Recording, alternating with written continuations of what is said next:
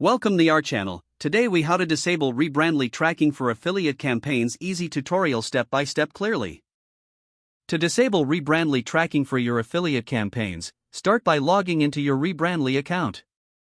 Once you're logged in, navigate to the dashboard where you can manage your links.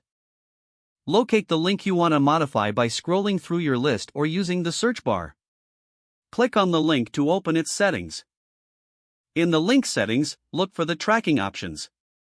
You should see a toggle or checkbox for tracking features. Turn off or uncheck the tracking option. After making this change, make sure to save your settings. Once saved, you can confirm that tracking has been disabled. Test your link by clicking on it to ensure it functions without tracking. Now you can use your link confidently in your affiliate campaigns. That's all you need to do to disable Rebrandly tracking for your affiliate links. If the page does not load, refresh the browser or try again in a private or incognito window. Make sure you are using the correct email address, then retype it carefully to avoid small typos.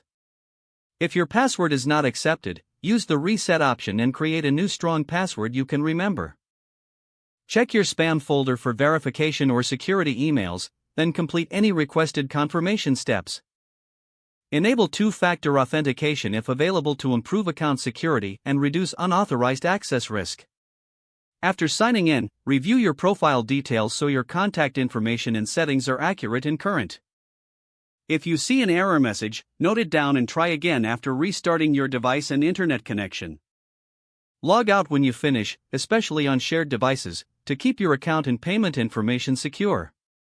If the page does not load, refresh the browser or try again in a private or incognito window.